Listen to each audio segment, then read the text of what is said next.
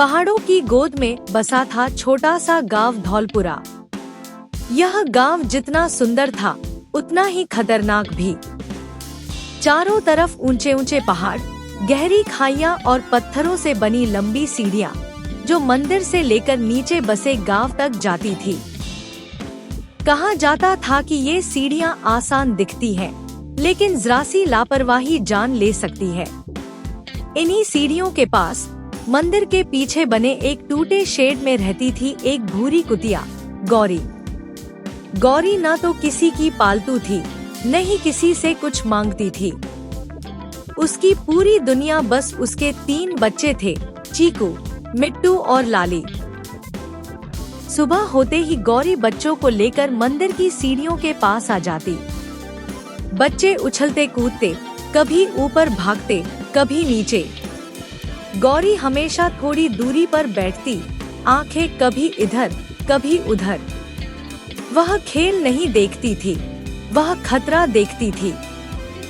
गांव वाले कहते थे, देखो ये कुतिया बच्चों की रखवाली इंसानों से बेहतर करती है।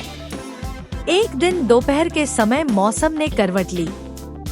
पहाड़ों से ठंडी हवा चलने लगी, बादल नीचे उतर आए और हल्की बारिश शुरू हो गई। पत्थर की सीढ़ियां चिकनी हो गई। गौरी ने तुरंत बच्चों को आवाज दी, एक चेतावनी भरी आवाज। लेकिन बच्चे तो बच्चे होते हैं। मिट्टू, जो सबसे नटखट था, ऊपर की ओर दौड़ पड़ा। अचानक उसका पैर फिसला। एक पल में सब कुछ बदल गया। मिट्टू सीढ़ियों से नीचे लुढ़कता गया। पत्थर, झाड़ियां और फिर गहरी ढलान। उसकी चीख पहाड़ों से टकराकर लौट आई।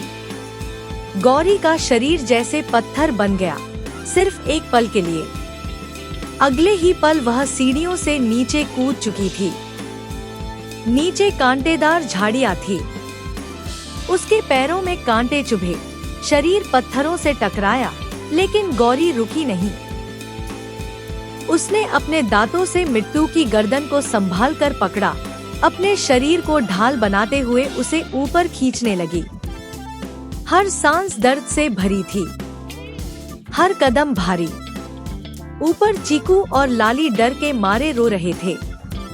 वे सीढ़ियों से नीचे झांकते और अपनी माँ को घायल हालत में देखते। गौरी किसी तरह मिट्टू को सीढ़ियों के पास ले आई। उसके एक पैर से खून बह रहा था। आंखों में थकान थी, लेकिन नजर बच्चों से हटी नहीं।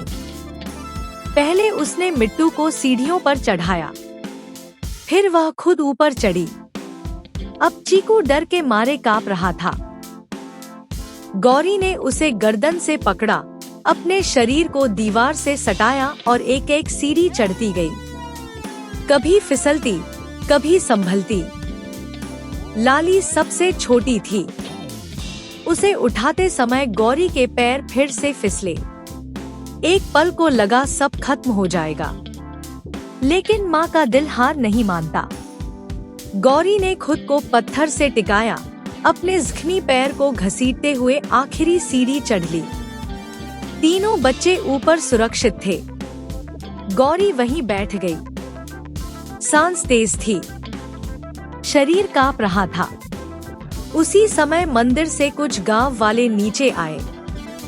उन्होंने यह दृश्य देखा तो उनकी आंखें भर आईं। किसी ने पानी दिया, किसी ने अपने गमछे से गौरी के पैर पर पट्टी बांधी। गौरी ने किसी की तरफ नहीं देखा। वह बस अपने बच्चों के पास जाकर लेट गई।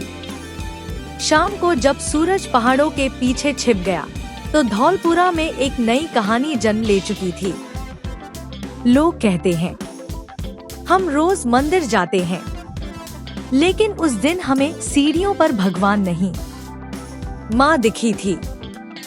और गौरी, वह फिर भी वही रही, बिना नाम, बिना पहचान, बस माँ।